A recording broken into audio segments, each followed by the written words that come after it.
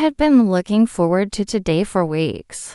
Our daughter, Emma, was graduating from high school, and I wanted everything to be perfect. The morning had started with the usual chaos, my wife, Lila, fussing over her outfit and makeup, Emma nervously double-checking her gown, and me trying to keep the peace while juggling breakfast and my tie. Despite the little tensions, the excitement in the house was tangible. Emma was about to step into a new chapter of her life, and I wanted to be right there. Proud and supportive. By mid-morning, we had arrived at the school auditorium. Families milled around, chatting excitedly, snapping pictures, and cheering whenever a graduate walked past.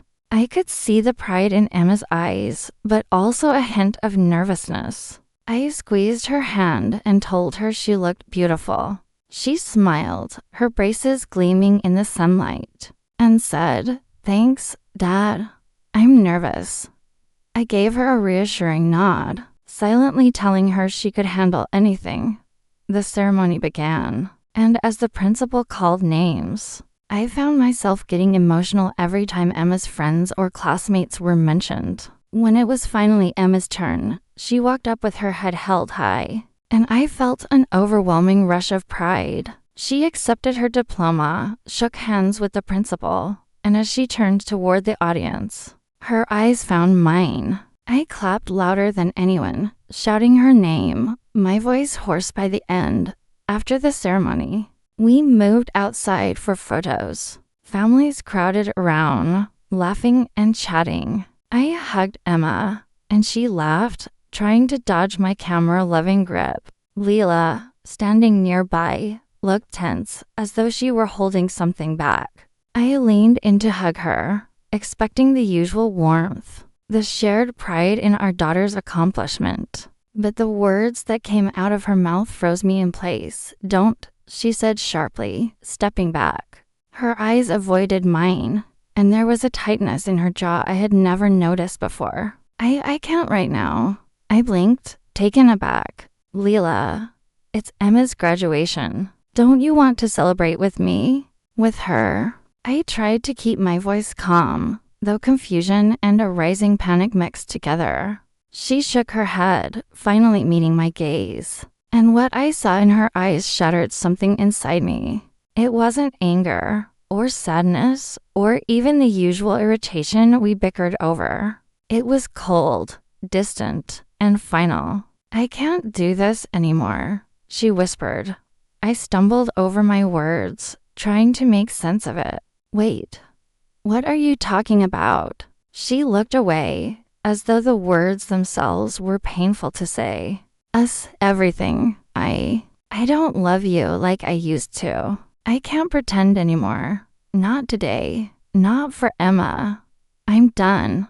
My stomach dropped. I wanted to reach out, to shake her gently, to beg her to explain. But all I could do was stand there, frozen, as if someone had knocked the wind out of me. My mind raced. Lila, my wife for 15 years, mother of my child, was telling me she didn't love me anymore right in front of our daughter's graduation. Emma, oblivious at first, bounced over, holding her diploma proudly. "Mom, Dad, look at me," she exclaimed, laughing. I forced a smile for her, but inside, everything felt hollow. I couldn't show Emma my heart, not today, not when she needed us to be happy. I nodded and said, "You did amazing, Emma. We're so proud of you."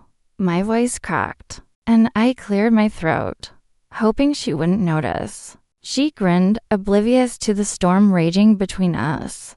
"Thanks, Dad. Thanks, Mom." Lila simply nodded, still avoiding eye contact with me. Later, as people started leaving, I tried to speak to Lila privately.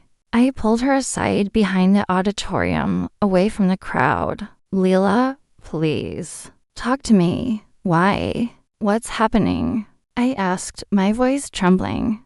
She let out a deep sigh and finally looked at me, her face etched with guilt and sorrow. "I've met someone," she admitted, her words slicing through me like a knife. "It's not just a crush. It's real, and I can't deny it anymore. I've been trying to make it work with us, for Emma, for everything.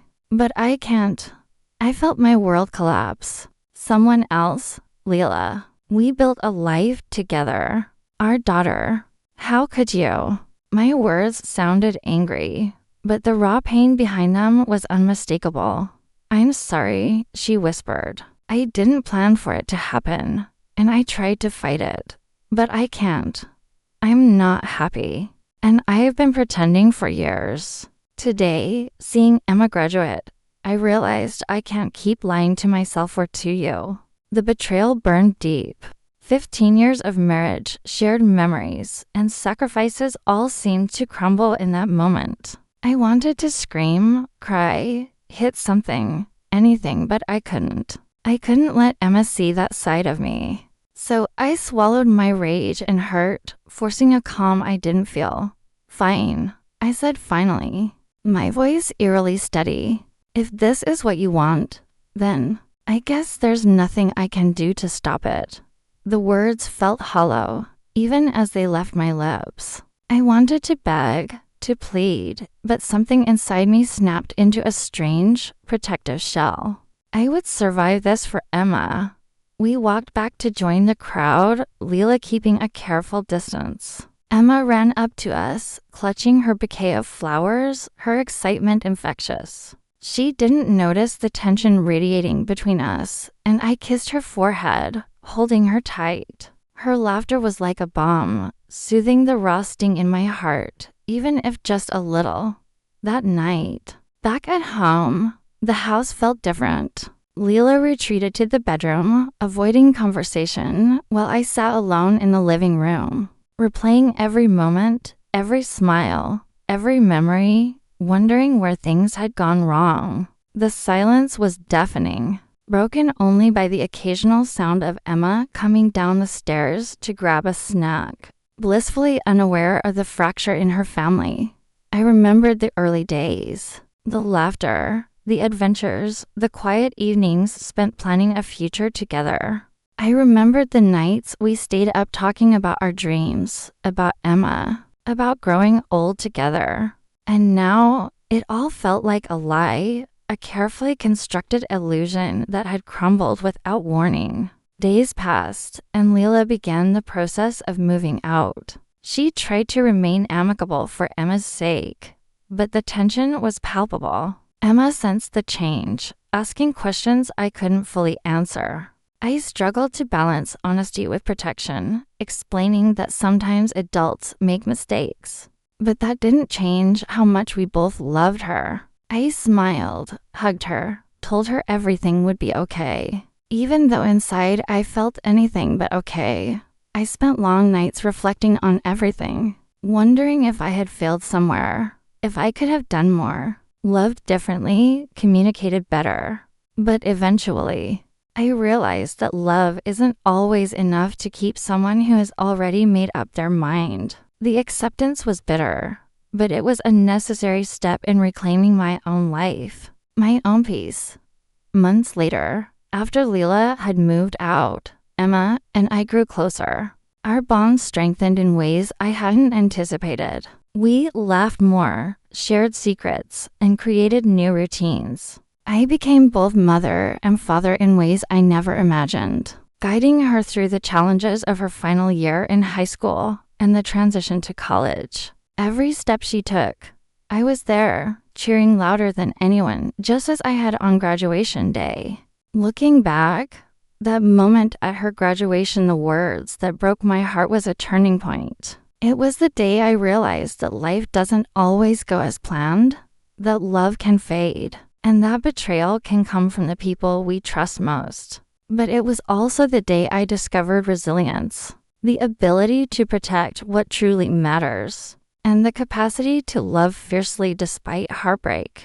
Even now, years later, I can feel the ache of that moment, but it is tempered by pride. Pride in Emma, in myself, and in the fact that even when everything fell apart, I didn't let it destroy us. Graduation day became a memory of triumph, not just for Emma, but for the strength we found in each other when the world tried to pull us apart. And though Lila's words will forever echo in my heart, they no longer define me. What defines me now is the love I continue to give, the life I continue to build, and the unshakable bond with the daughter who became my anchor. When the world shifted beneath my feet,